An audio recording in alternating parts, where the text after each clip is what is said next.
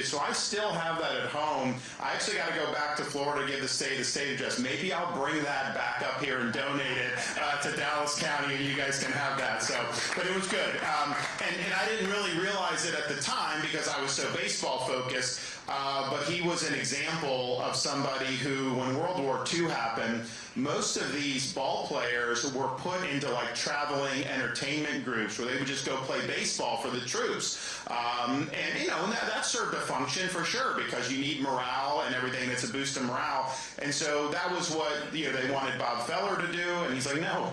He's like, I'm going to combat. And he's like, send me. And so, you know, he served in the Navy in combat in some pretty difficult situations. And so to me, you know, it's one thing to serve, which we appreciate if you get drafted and serve, but it's like when you really don't have to, when you really could have had the easier way out, and yet you raise your hand and say, no, put me on the front lines, you know, that's what heroism is all about. And so I thought I was getting an autograph of somebody that threw really good fastball, and then as I got older, I appreciated I got an autograph of an American hero, and that's something that's great. If you think about, so the way I view this whole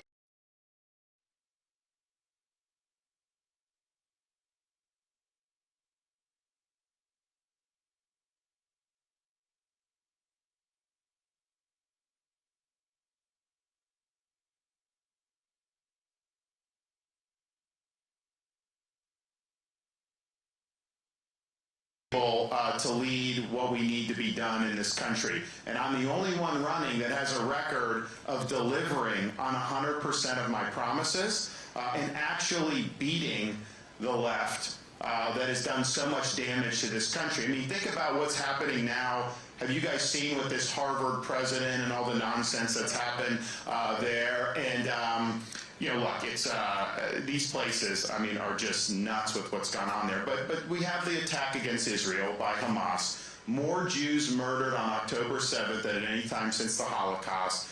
And what's the response of these universities? You have students out there protesting in favor of Hamas. First of all, some of it is like they have such ideological blinders on. Some of it is they're just ignorant about a lot of this stuff. They don't know their history. They don't know what they're talking about. I mean, I get a kick out of when they say that Israel is somehow a colonizing power. I'm like, excuse me, Jews were on that land thousands of years ago. Just open up a Bible and read the Bible, and you see Judea and Samaria, all those areas, the connection goes back thousands of years. The Jews were forcibly displaced. They're not the colonizers, so you have all this nonsense. But you ended up seeing how these university presidents responded to that. Very mealy-mouthed, refusing to show moral clarity, not even willing to defend, not even willing to condemn calls for genocide against Jews, not protecting the safety of their Jewish students. And so this became really, I think, a national disgrace. And then you have somebody like the Harvard president, a serial plagiarist, plagiarizing all this stuff, and not a serious scholar, just lifting these passages from other people. And so eventually now, you know, she got forced out. And the media actually is trying to say that conservatives are weaponizing plagiarism as a tool to go out to students. I'm like, wait a minute, isn't plagiarism just wrong? I mean, if you were an 8th grader and you're lifting passages, they would fail you. But somehow the Harvard president, it's somehow she's the victim because she did this. But what it shows is there's an intellectual and moral rot on America's university campuses now. Universities are supposed to be about the pursuit of truth. They're supposed to be about academic integrity, and they're supposed to be about preparing our students to be citizens of our republic. And yet, in recent years, over many decades, but I think it's gotten a lot worse over the last 10 or 15 years, these universities have really indulged in ideological indoctrination. And it's imposing a certain worldview and really even suffocating dissenting voices that has become kind of the common cause of these universities. That is a dead end for this country. And so she loses her job, finally, should have happened a long time ago. I'm the only one running for president. And how many times, Republicans have been complaining about universities for years. How many Republicans have actually done anything about it? In Florida, we've done stuff about it. we eliminated so-called DE&I from our public universities. They say it's diversity, equity, and inclusion, but it's really a whole ideological view to try to impose an agenda of social justice onto the university. If you look how it's actually implemented, DEI better stands for discrimination, exclusion, and indoctrination. And that has no place in our public universities, and we eliminated it in Florida. And that's the thing, you know, when they say they're doing this to try to fight discrimination on the basis of race or ethnicity, let me tell you, if you want to stop discrimination on the basis of race, then stop discriminating on the basis of race. Discriminating against white people or discriminating against Asian Americans, that doesn't do the trick. And so in Florida, we've said we're going to treat people as individuals, and you're going to be judged based on merit. Isn't that what this country is supposed to be about? So we've done that. Not only that, we've also done in Florida, all tenured professors must undergo review every 5 years and can be let go for poor performance. So if you're doing a good job, adding, great, we love it. And we actually put huge amounts of money to pay professors more. But if you're using that perch for ideological indoctrination, well, you know what? There's other places that you can go. And so our universities have been cycling out some of those folks. Now, the media will say, oh, there's people leaving the state of Florida, professors, if they say it's like a brain drain. And I say, wait a minute.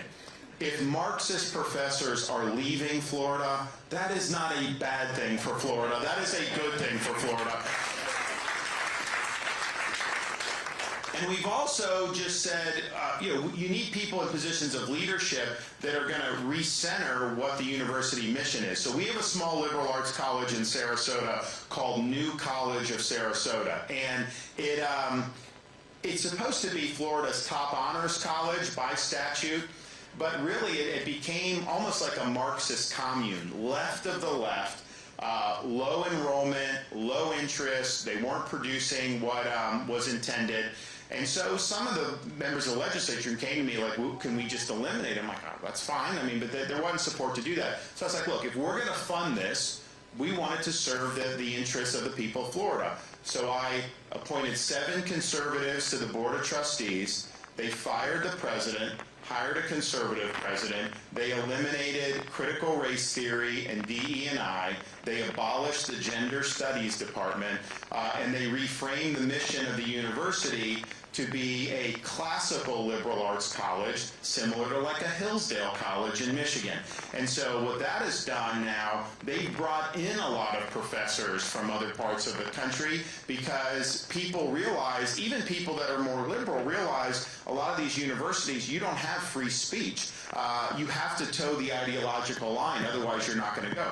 Well, here, all the viewpoints are welcome, and so you have more people that are going there. And so now they have a flood of applicants from parents all across the country going. Now, I don't let our universities raise tuition, so in-state tuition in Florida is about $6,300 for our universities. Out-of-state tuition is $16,000, so that's less than what in-state tuition is in a lot of places. So you have parents from all across the country doing it. And think about it, as a parent, you spend 18 years, instilling values into your kids. You send them to a university, and they're going to undo that in 4 years. Like a lot of parents don't balk at that. So they want to be in an area where a setting where they're actually pursuing truth, and where the truth matters, and where integrity in academics matter, and where citizens are given the type of education that our founding fathers understood was important to be able to produce good citizens.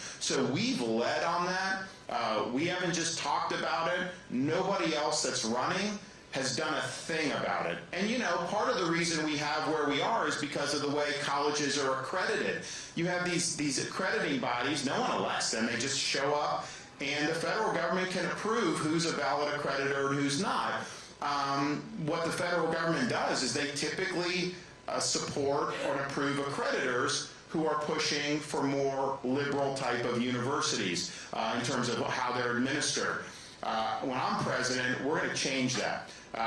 Instead of saying you will only get accredited if you do DE&I, we will say you will not get accredited if you're doing discriminatory policies. You're going to get accredited if you're doing the core function of what a university is supposed to be. You know, Trump was president for 4 years. Did he do a single thing to challenge the orthodoxies at these universities? Did he do anything to push back and reform? No. And so you've got to do it. And I'm telling you this.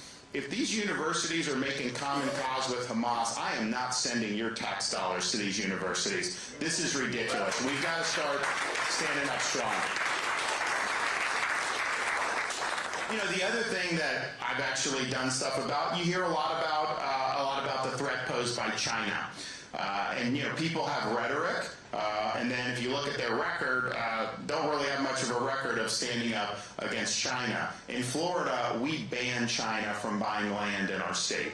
No farmland, no land near military bases, no land near critical infrastructure, nothing, because it is not in this country's interest for them to be controlling farmland. We need to do this nationwide, and we will when I'm president. We also, it's not in our interest to have them involved in our education system and in our universities. They have these things that they put in called Confucius Institutes, where they will basically spread Chinese Communist Party propaganda. We eliminated those in Florida.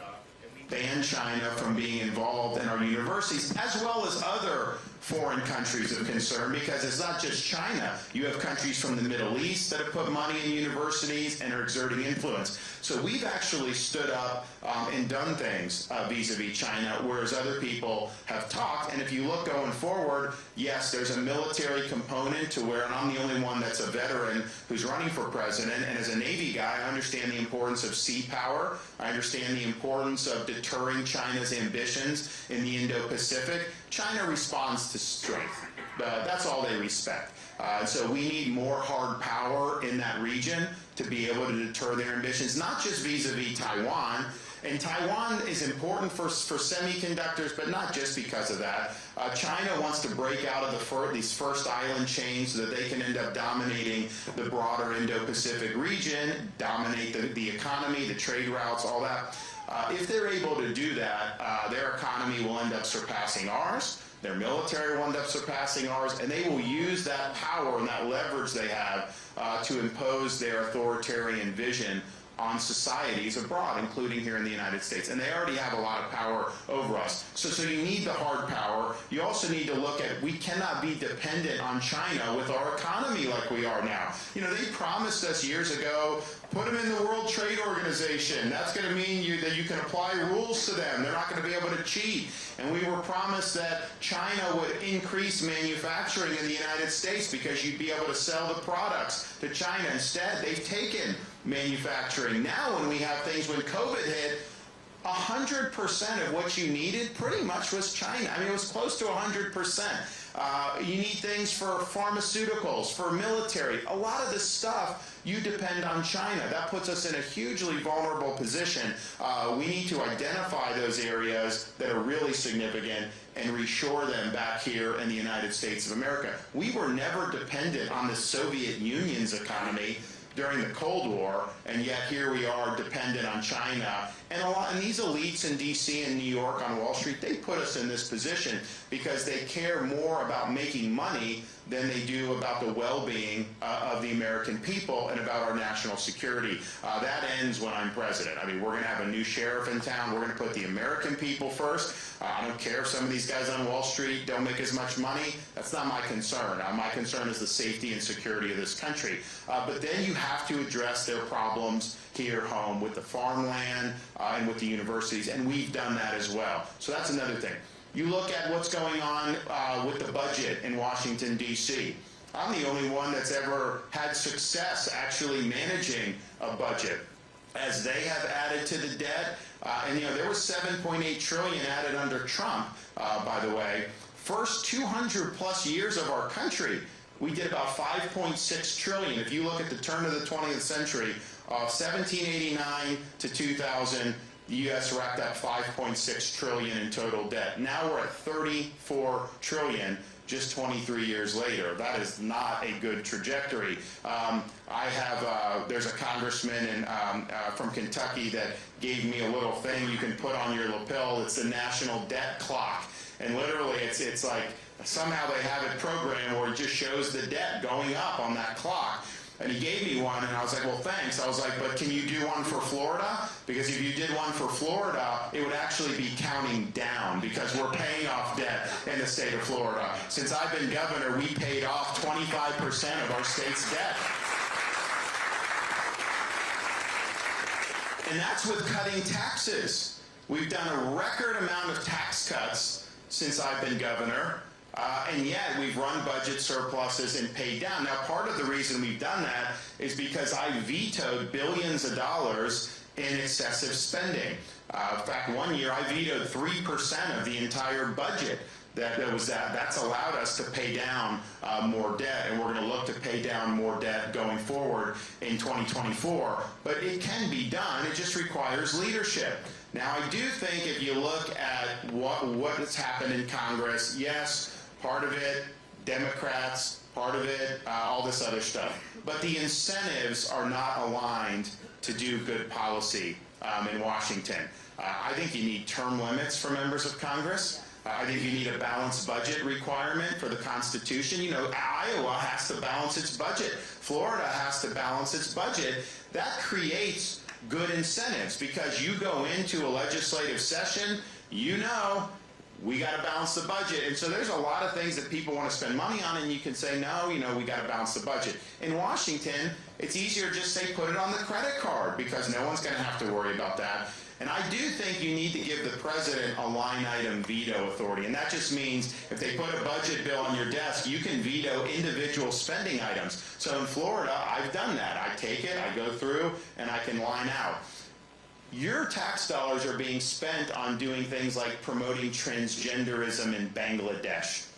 Now, wouldn't it be good to have a president be able to just take all that out without, but as it is right now, they put a big bill on your desk, you can sign everything or veto everything, all or nothing. That's not the way that you end up generating good outcomes. So we're going to work on those reforms through the states. Florida's already certified these. Other states have, and we're going to get momentum to be able to do these reforms because I think it'll be really, really significant. And look, we're happy what we've done in Florida. We're very impressed with what Governor Reynolds and the legislature has done here in Iowa. You guys are lucky to have a great governor. I'm proud that she's endorsed me for president. I mean, that says a lot that someone of her caliber would do that. But you're lucky because in Florida, I get a window into what's going on in this country because anytime these blue states do stupid things, more people move to my state. I'm the refuge of sanity in a world gone mad. And so people do it. And it's interesting because, you know, I'll just be like, you know, out, you know, going to like a gas station. And I'll have people come up to me, you know, and they'll tell their stories about why they came. And when people come from California, they tell a lot of bad stories. When I meet people from Illinois, a lot of bitterness about what's happened in Illinois, New York, same thing. You know, but when I'm down in, say, you know, Southwest Florida in the wintertime and I run into Iowans, they're very happy about what's going on in Iowa. Like, they enjoy coming and visiting Florida for a couple months of the year, or even some of them live half the year. But they understand that they have good governance. And if you look, there's a lot of neighboring states, Minnesota, Illinois, that are not doing a good job, and you guys are getting more population as a result. Kim always reminds me that it's actually Iowa, not Florida, that's recently been rated as the #1 state to retire into. Somehow I still think we're going to get more retirees going. I mean, if you go, do any of you have friends or family that live in Florida? You got, yeah. So we have a place in Central Florida called The Villages. It's like, I think it's 55 and up. It's a very active adult community, and it's the fastest growing community in the United States, and it has been for a number of time. I've met a lot of Iowans who either have a place there or thinking about going there. But we see this. You see how the policy matters around the country, and Iowa's a great example that conservative policies work freedom works, and common sense works. And that's what's lacking in these places like California and New York. It's ideology over common sense. They want to direct and dictate how the economies run, everything that goes. Obviously, during COVID, it was a total Charlie Foxtrot with everything that was going on. So this is just something that is just plain to see. The crime situation. One of the reasons why people like coming to Florida is because our crime rate's at a 50-year low. Why? Because we support the men and women of law enforcement. We support them doing their job. It's important. And when the BLM riots were going on, you never saw me out there protesting against the police. We called out the National Guard immediately in Florida. I let it be known that we're not going to let cities burn down in our state. We backed the blue and said they have a job to do. We're going to support them doing the job. And lo and behold, none of the cities in Florida burned down. And you look at a place like Minneapolis, it'll be decades before Minneapolis recovers from what happens there. I can tell you this, as President of the United States, you have a responsibility to ensure public order as well. And if those things were happening when I was president, I wouldn't just tweet law and order, I would act to ensure law and order. And you can take that to the bank. Very, very important. I think it's...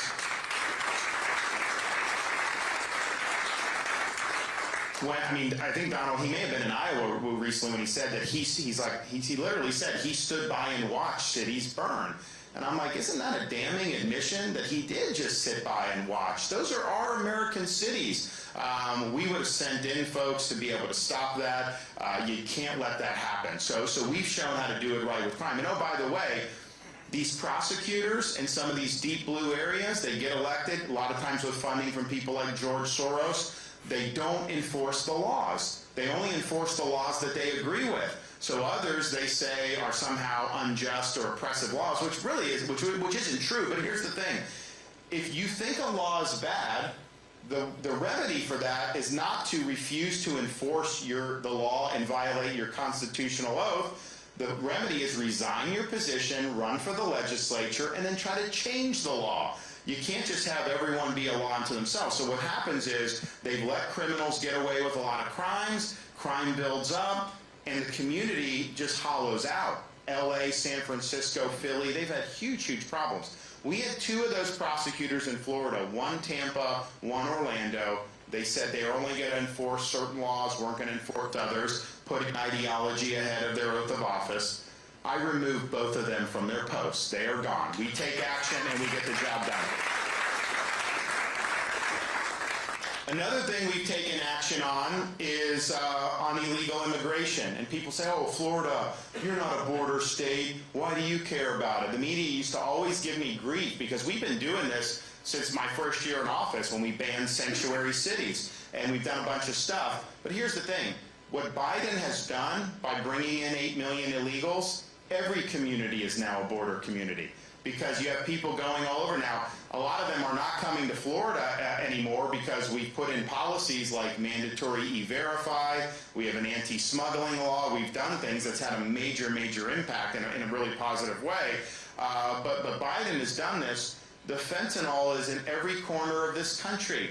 You know, traveling around Iowa, I've met parents that have lost lost kids to fentanyl. And it's really getting poisoned by fentanyl because in almost every instance when I talk to these parents, it's not that the kids were addicted to drugs. It was that they took one pill thinking it was something else, happened to be laced with fentanyl, and it poisoned them to death.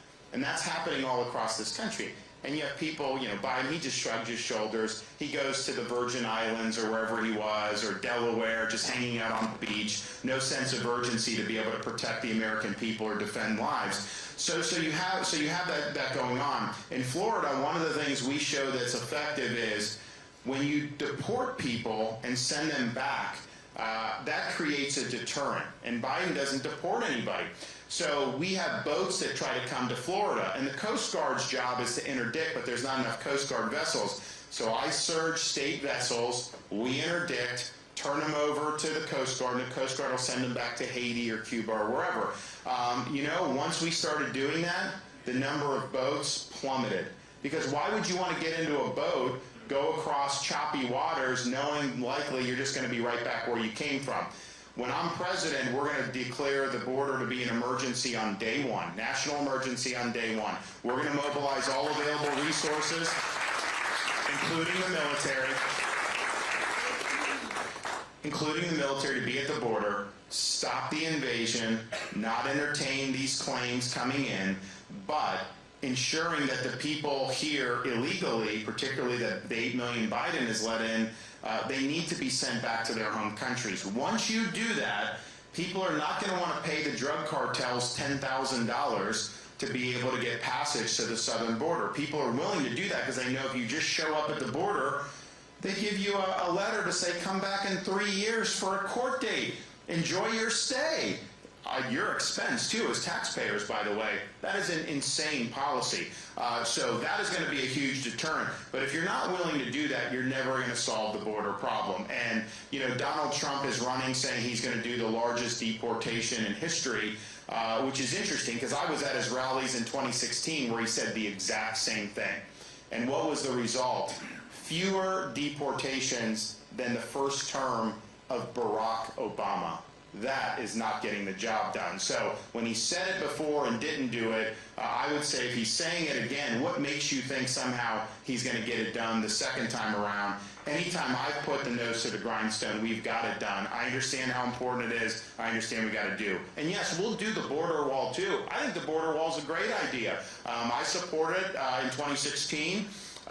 It didn't get built and Mexico didn't pay for it, but you can do it. How do you get Mexico to pay? They're not just going to give you money. What you do is you impose fees on remittances that workers are sending to foreign countries. You'd raise billions of dollars a year, put that right into border wall construction, and if we had a border wall, Biden would not have been able to bring in 8 million people. It's a physical fact of life, and it's important, so we will do that. The most important thing that we'll do, we're going to designate the Mexican drug cartels to be foreign terrorist organizations.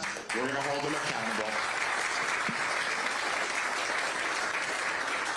And that means authorizing the use of military force, just like we would deal with ISIS or any of these other terrorist groups, who, by the way, the drug cartels have killed more Americans than all terrorist groups combined.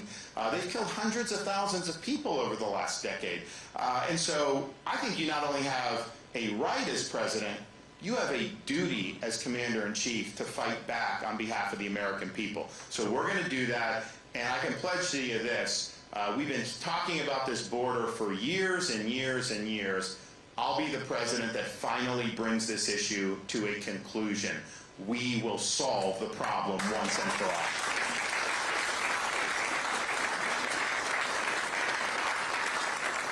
Final thing we've done, and I'm interested to take questions and hear from you, is in Florida, we've really shown how to administer government in a very constitutionally sound way. Limited government is what this country is supposed to have. So Florida, for example, we have millions of more people than New York does now, yet our budget is half the size of New York. Our state employee per capita is the lowest percentage in the entire United States. Yet when people move from New York to Florida, what do they tell me? Oh, your roads are so much better, your services are more efficient, your schools are better, and yet we're doing that with half the footprint. It just shows you government is way, way too big. Our bureaucracy is out of control. The core things we need government to do, you could do with half the footprint. So we're going to restore the Constitution as it was originally intended. Limited government with 3 branches of government, not a 4th branch of government, this administrative state that just imposes its will on us. I mean, the Supreme Court ruled against it, but Biden's going to try to do it again. But, you go on a farmer's land and there's a puddle on the property, and what, the EPA can regulate that now and say that's a water of the United States? I mean, that's a total farce, and yet that's what the bureaucracy does. They try to exert more and more power over people. A lot of the major things in our society, I mean, Biden wanting to use the bureaucracy to impose mandates for electric vehicles. First of all, most people don't want an electric vehicle. Most people can't afford an electric vehicle. It will bankrupt the car companies to be doing that. And then I look at a place like California. You know, we did a debate in November with the governor of California, Newsom, and I pointed out they have now mandated, it hasn't taken effect yet, it'll take effect I think within the next couple of years, you cannot buy a new car in California, you will not be able to buy a new car in California unless it's an electric vehicle. So, which is bad, but then they also, at the same time they're making that announcement, a couple days later, they put out a different announcement. They said, everybody who currently owns an electric vehicle, please don't plug in your electric vehicle. We don't have enough power on the grid to be able to serve. I'm thinking to myself, what is going to happen? So they have rolling blackouts, and Biden's Green New Deal, which he wants to do through the administrative state, that will lead to rolling blackouts throughout this country. You need to have reliable energy. So all this stuff is happening without any of you being able to vote out the people that are doing this. These are nameless, faceless bureaucrats that are exercising power that is not theirs under the Constitution. So we're going to reconstitutionalize this government. We're going to return the government to its rightful owners, we, the American people.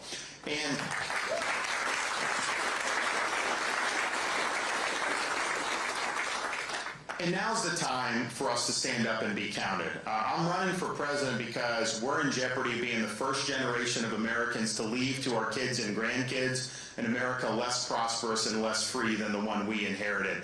And if we do that, we'd be breaking faith with every generation of Americans from the American Revolution to the present who always stood up and sacrificed so that future generations can be free.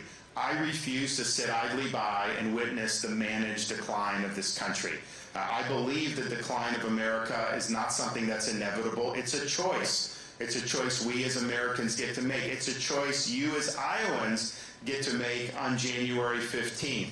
We need to reverse the decline of this country. We need a new birth of freedom all throughout the land, and we need to usher in a revival of the American spirit. And as President of the United States, I will do that, and I'll be there fighting for you every single day. And I'm motivated because my wife and I, we've got a first grader, a kindergartner, and a pre-K 3. So we're very sensitive about what's going to happen in future generations. We're very sensitive about all these education issues. You know, that's one of the reasons we fought so hard to say we're not doing the transgender ideology in the schools, that kids should just be able to be kids without having an agenda shoved down their throat. That's why we fought and beat Disney in that battle to make sure that we were protecting the innocence of our kids.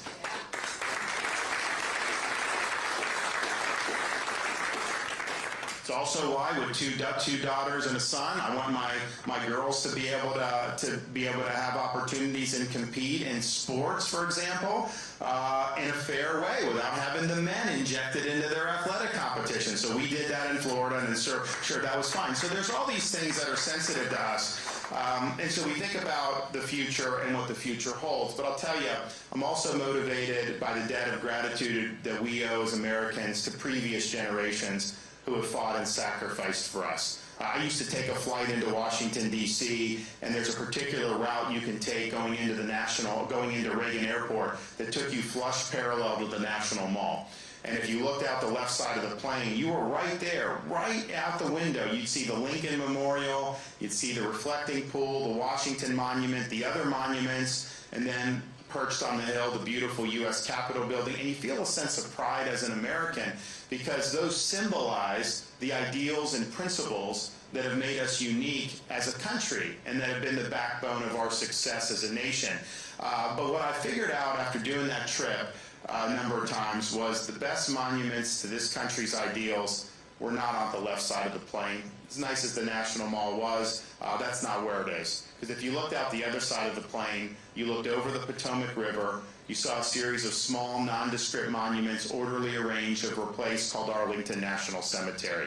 And it occurred to me then, and I believe now, you can have the best Constitution in the world, you can have the best Declaration of Independence in the world. These things do not run on autopilot. They require every generation of Americans to step up and fight for freedom when it's threatened, and sometimes put on a uniform, risk your life, and even give the last full measure of devotion for for service to this country. Now, we're not called upon to make sacrifices of that nature, but what we are called upon to do in this political season is to preserve what George Washington called the sacred fire of liberty. This is a fire that burned in Independence Hall in 1776 when 56 men pledged their lives, their fortunes, and their sacred honor to establish a new nation conceived in liberty. It's a fire that burned at a cemetery in Gettysburg, Pennsylvania, where our nation's first Republican president pledged this nation to a new birth of freedom. It's a fire that burned on the beaches of Normandy when a merry band of brothers stormed France, defeated Nazi Germany, and preserved liberty throughout the world. It's a fire that burned at the foot of the Berlin Wall in 1987 when a resolute Republican president stood in front of that wall and said, "Mr. Gorbachev, tear down this wall," leading to the dissolution of the Soviet Union. This is our responsibility, to carry this torch and to preserve the sacred fire of liberty. It's not a responsibility I shy away from. It's a responsibility I welcome. Because if not now, when? And if not us, who? As your nominee, I will make sure that we win up and down the ballot all across the country, just like we did in Florida. As a leader, I'll always conduct myself and lead in a way that you can be proud of. And as your president, I can promise you this: I will get the job done, and I will not let you down. Thank you all. God bless you. Now,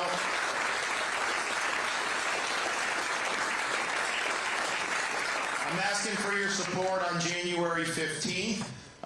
You have an opportunity to make your voice heard.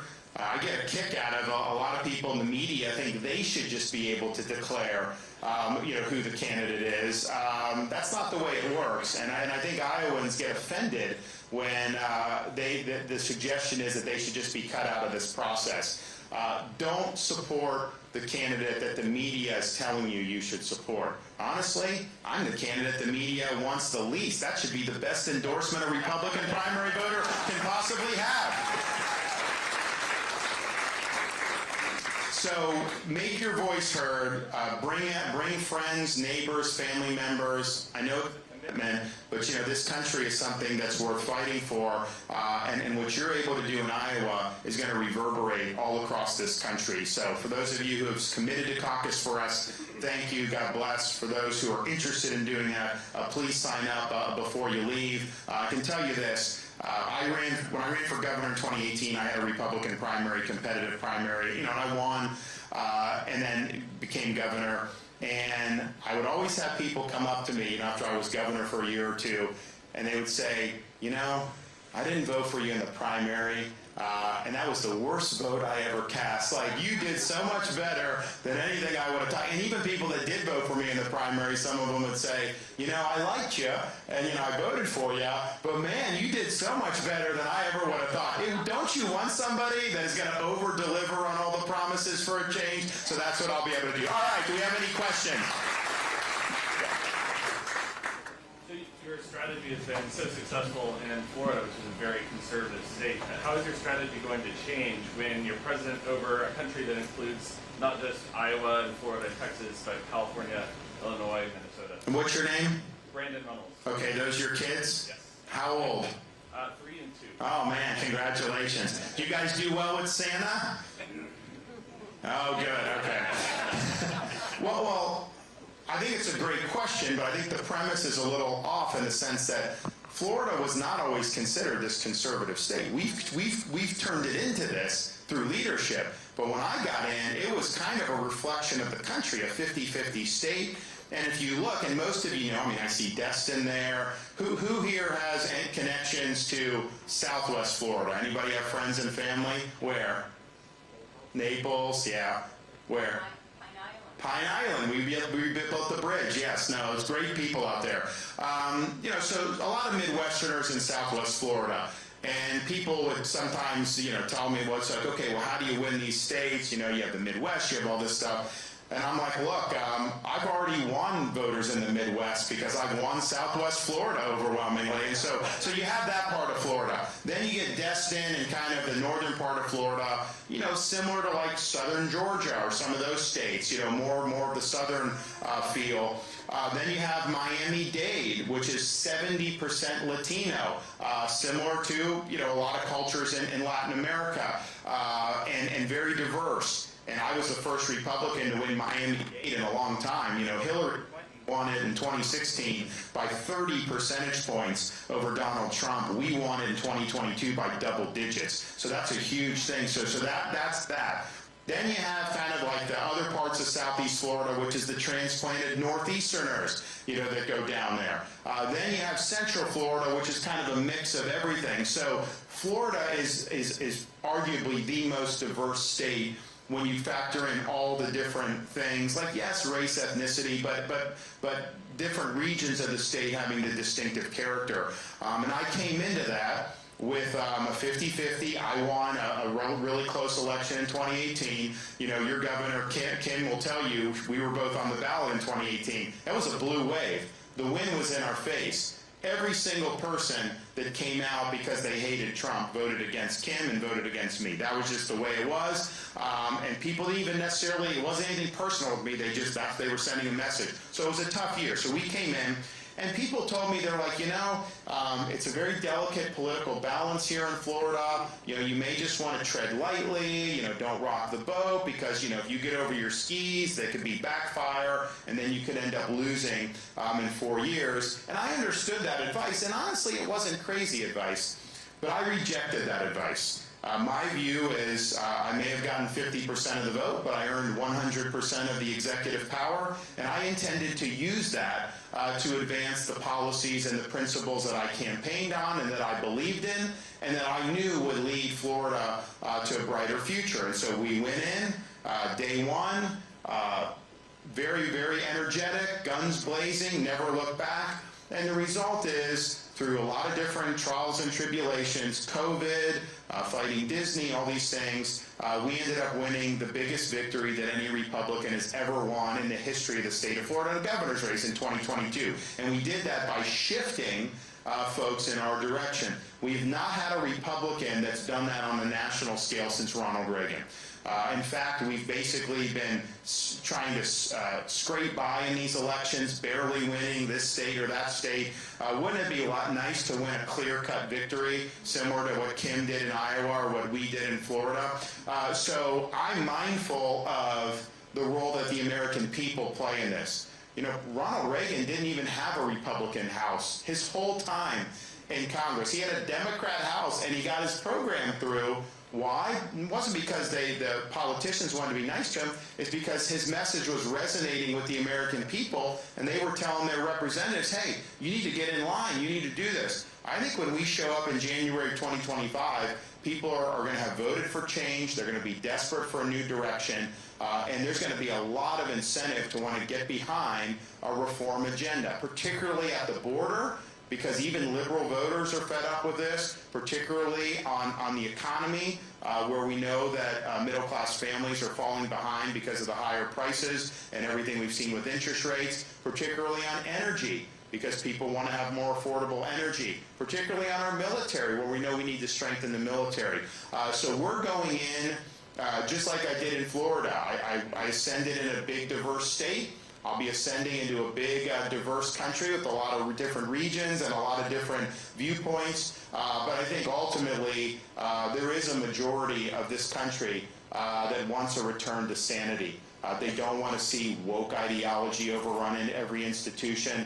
They don't want to see millions of illegals pouring in. They don't want to see our cities collapsing with crime. They want to see some common sense, and we'll deliver that. Yes, sir. Can I be honest with you? Sure. Okay, so I think a lot of it's focused on Trump, and I have a couple questions. For one, why haven't you gone directly after him? The polls are down. He's, up really. What do you mean by going directly after? I mean, you're in my viewpoint, you're going pretty soft on it.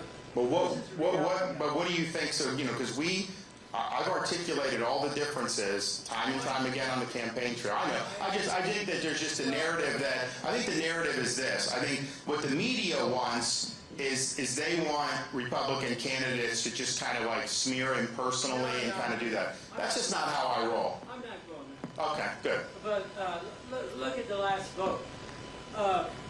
Trump and Biden, basically, they were equal, right?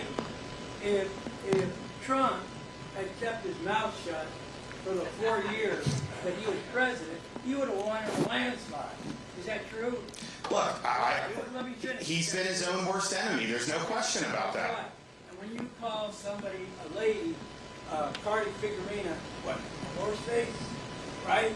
And you call John McCain not a hero, right? I mean, those are talking points I would use. I mean, the guy has no class in a lot of different ways, okay? And so he lost, no matter if there was corruption in his voting or not. The man lost because of, he lost the women's vote. How many military did he lose by making that comment about John McCain? Look, I mean, I think it's in Florida. I can tell you, Donald Trump underperformed in the Florida Panhandle, which is a very military-heavy area, and I think he did lose support from veterans and from active duty. We should be running up the score with veterans and active duty against a woke Democratic Party. So I've actually made observations and have said. I don't think Donald Trump ultimately can win an election. I know Fox News is going to say, oh, he's winning this poll, he's winning this poll. These polls are garbage. A year before Ronald Reagan ran against Jimmy Carter, they were putting out polls saying Carter was winning by 24 points. Okay, Ronald Reagan won a huge landslide the following year. There are just going to be so many voters that are activated to come out and vote against him that it's not even related to policy, it's related to other things. And we've seen it on the ballot how many times now, 2018, 2020, 21, 22, most recently in 23, and the whole election will end up being a referendum on his behavior, all the lawfare. He's going to hold his Democrats, just like you're going to hold your Republicans. He's going to hold that base. Well, what I'm saying is Iowans have an opportunity to say, okay, what's the best way to turn the country around? Obviously, you need to win the election, right? I mean, to have Biden again, and I'm not even convinced it's going to be Biden. One of the reasons I debated Newsom is because I think they may want to put Newsom in. Maybe not after that debate, they may not want to put him in, but who knows? So I think that they're going to do whatever they need to do, but I think that it's interesting. There's been more money spent, $40 million spent attacking me than has been spent attacking Biden and Trump combined so far in this election cycle. What does that tell you? I mean, if the Democrats were scared to run against Trump, they'd be pouring money into that. People view me as the threat. That's why they're doing all these. I think these are dumb commercials. I don't think people believe it, but they're putting all this stuff out there to do that. So I'm the guy that's going to be able to beat the Democrats, yes, at the ballot box like we did in Florida. And I would point out, I mean, when I was running for re-election, I mean, the media would put out polls saying somehow the race was tied, or that I was up 1 or 2, even some that were down, and we won by 20 points. So this whole idea of saying this poll, that poll, it's nonsense. We need somebody that's going to be able to obviously galvanize Republicans and then win the people that disapprove of Biden's policies. My fear with Trump is there's people that disapprove of Biden, but they also disapprove of Trump, so they wouldn't do it. So I think that that's important. But then the most important thing is once you get in there, are you actually going to deliver what we need to do to fix the country? Because it's one thing to say, okay, we have a Republican in, but if they're not actually solving these problems, and I have said with Trump, he's running on the same issues that he ran on in 2016 and didn't deliver on. Border wall with Mexico paying for it, deporting illegal aliens, draining the swamp, holding politicians accountable, like he said Hillary. All these things were promised there. Now, he's even doing things like saying he wants to have the federal government fund 15 new cities. How much is that going to cost? The media doesn't talk about it, but that's not going to work as a policy. Then he came out this weekend and said he wants $1 billion plus new headquarters in D.C. for the FBI. We got to get these agencies out of D.C. It's a swamp. Why would you want to build a massive building there for them?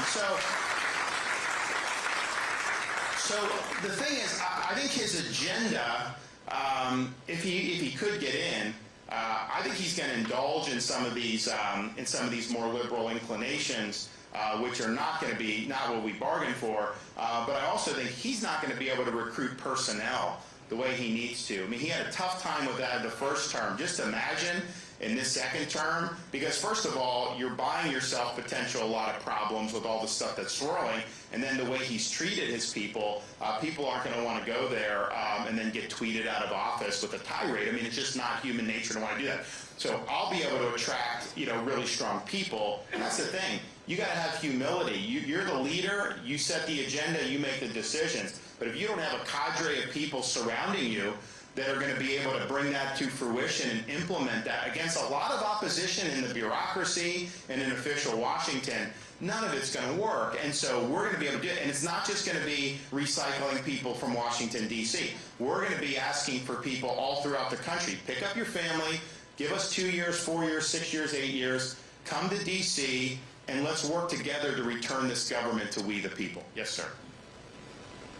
Yesterday, John Kirby said that he was hoping that the Houthis would stop attacking our troops.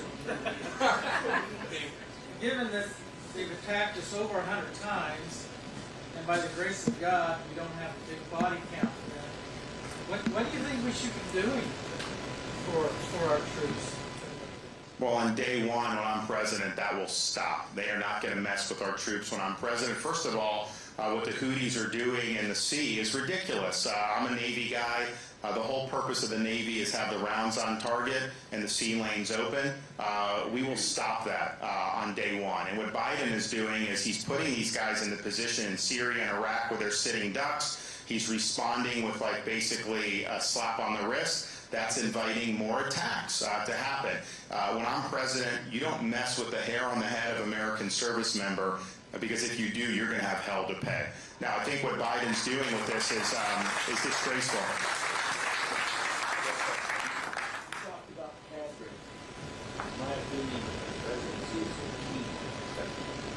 Have you thought about being the vice president? Questions about vice president? Let's hope it's not Kamala Harris. It's a safe bet that it will not be Kamala Harris. So here's I haven't put names out because honestly it's presumptuous. I need to win delegates, and that's what we're focused on. But here's the criteria. There's really two things that are non-negotiable. One, it's got to be an individual that can actually be president. If you put somebody in who doesn't have the requisite background or skills, then you failed at that first decision as a prospective commander-in-chief. And so I'm partial to people that have been governors, because I think when you've been a governor, you have had to exercise executive responsibility. You've had to work with the legislative body to advance legislation, and those are skills that come in handy that are really not replicable anywhere else other than being governor. So I'm partial to that. I'm not saying I would exclude other people, but that would be how I'd see it. And the other thing that's non-negotiable, it's got to be someone that shares your vision and your values, because what you don't want is me to run articulating a vision about where we want to take the country. The American people endorse that vision. Something happens to the president, and then the vice president comes and takes it in a different direction than what the people voted for. So somebody that's in line with us on those. So those are the two things. I think when you get into this stuff where you're trying to be cute politically, someone from here or there, all that, I don't think that that's as important as just getting the big issues right. Somebody that can do the job and somebody that shares your values. And so those will be what I would do, and those would be non-negotiable. Yes. I moved here from California 2 years ago. What part? I lived in San Francisco, Malibu. They even have homeless in Malibu now. I mean, it's crazy.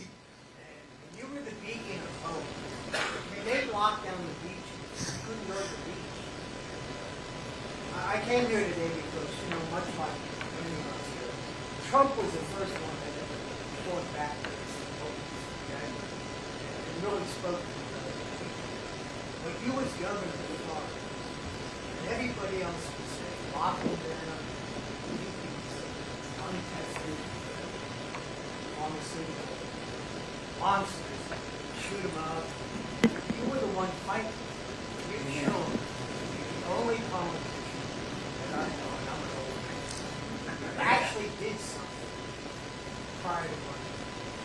Self-made man, weren't going to the service. You got me. I'm Ron DeSantis, and I approve that message.